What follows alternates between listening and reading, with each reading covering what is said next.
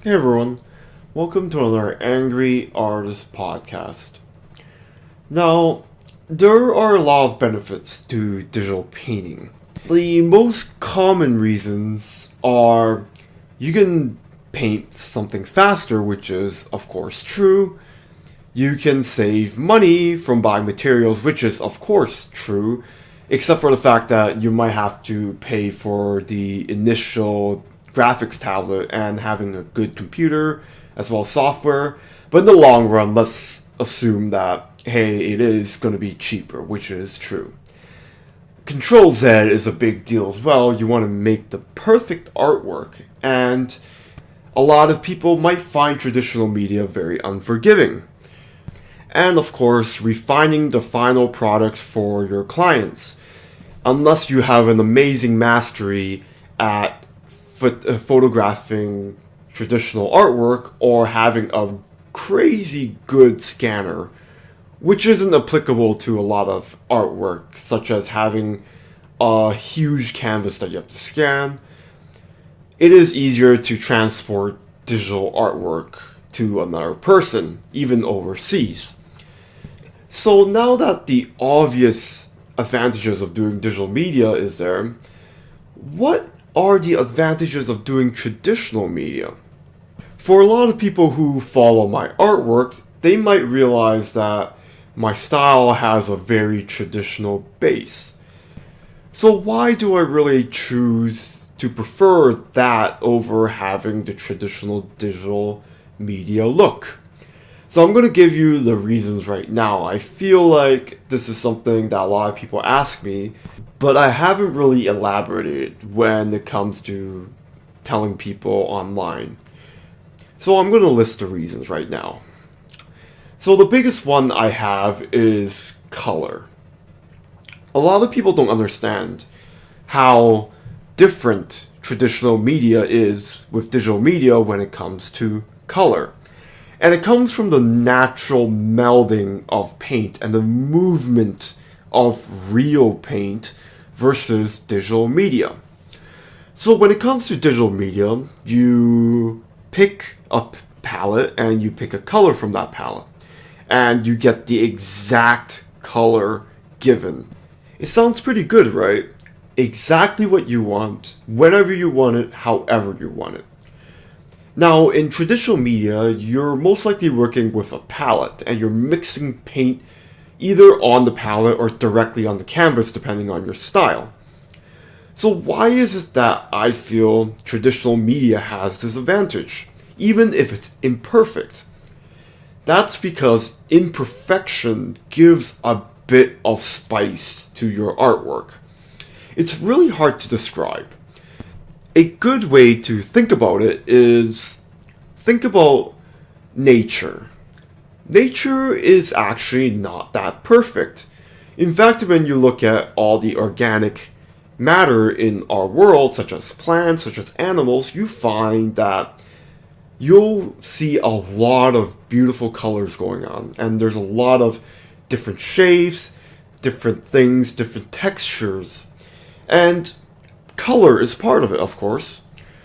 Now, when you're mixing real paint, you get some of those remnants, those little remnants of history when it comes to mixing the paint. It's the imperfections that create that extra flavor to your artwork when you put it down on your canvas. Even when you're not intentionally trying to create a very dirty paintbrush, little subtle hints of color here and there create an illusion that you just can't replicate digitally. Now, I've had ways and I've had methods to really emulate that when it comes to digital painting. However, traditional media generally cannot be replicated perfectly. So when I try to do my digital media, I just try my best. It's not going to be one-to-one, but those imperfections are really nice, and it creates a layer that enhances the way it looks. Really, because when it comes down to it, If you want perfection, you can always just take a photograph. However, artwork is an interpretation of reality. And part of that interpretation is the history of how you mix the paint, how you put it down on a canvas. And that is something, again, traditional media will always have over digital media. So speaking of which, my second reason is not just color, but it's the movement of the actual paint, the paint strokes. So again, similar idea. Part of your signature is your ability to move the paint around. Nobody else can copy you when you do that. What I find in digital media, again, is that it's too perfect. If you let it be. Now, there is a very useful function when it comes to digital media and perfection. When you're trying to do production work, so for example, cartooning, it's easier to replicate each other in the studio. So of course, when it comes to cartoons, you don't want to fluctuate your models too much, your colors too much. And personal touches are actually frowned upon because you're part of the bigger production.